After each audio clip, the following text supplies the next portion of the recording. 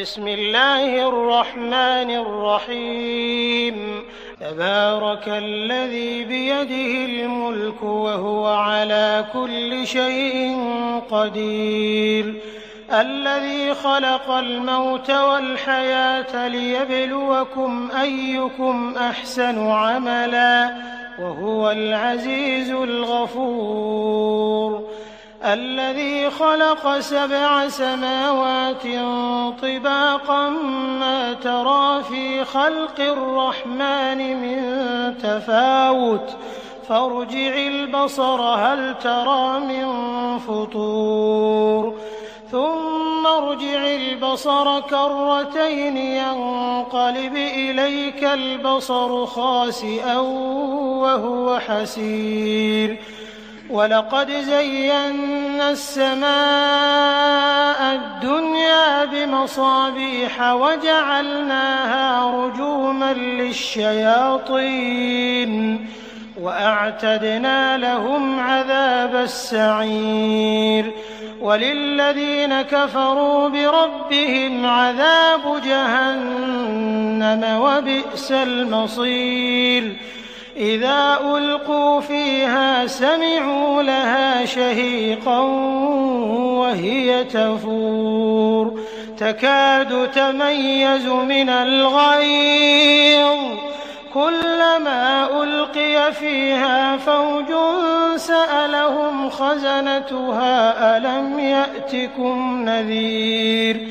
قالوا بلى قد جاءنا نذير فكذبنا وقلنا ما نزل الله من شيء إن أنتم إلا في ضلال كبير وقالوا لو كنا نسمع أو نعقل ما كنا في أصحاب السعير فاعترفوا بذنبهم فسحقا لأصحاب السعير إن الذين يخشون ربهم بالغيب لهم مغفرة وأجر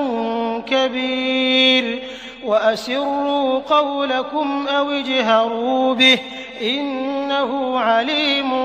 بذات الصدور ألا يعلم من خلق وهو اللطيف الخبير هو الذي جعل لكم الأرض ذلولا فامشوا في مناكبها وكلوا من رزقه وإليه النشور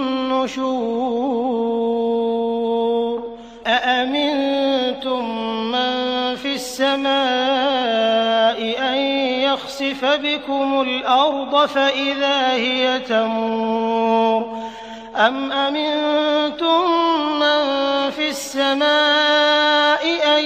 يرسل عليكم حاصبا فستعلمون كيف نذير ولقد كذب الذين من قبلهم فكيف كان نكير أولم يروا إلى الطير فوقهم صافات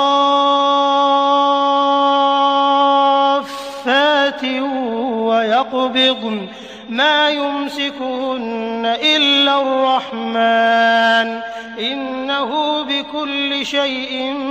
بصير أمن هذا الذي هو جند لكم ينصركم من دون الرحمن إن الكافرون إلا في غرور أمن هذا الذي يرزقكم إن أمسك رزقه بل لجوا في عتو ونفور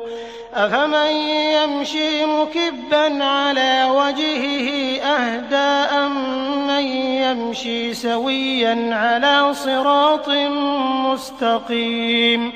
قل هو الذي أنشأكم وجعل لكم السمع والأبصار والأفئدة قليلا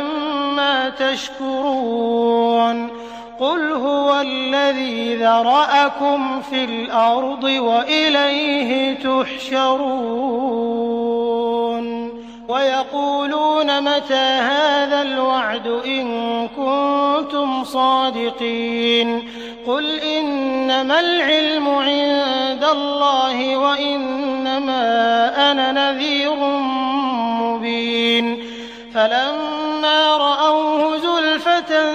سيئت وجوه الذين كفروا وقيل هذا الذي كنتم به تدعون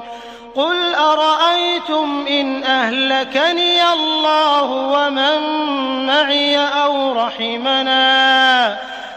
رحمنا فمن يجير الكافرين من عذاب أليم قل هو الرحمن آمنا به وعليه توكلنا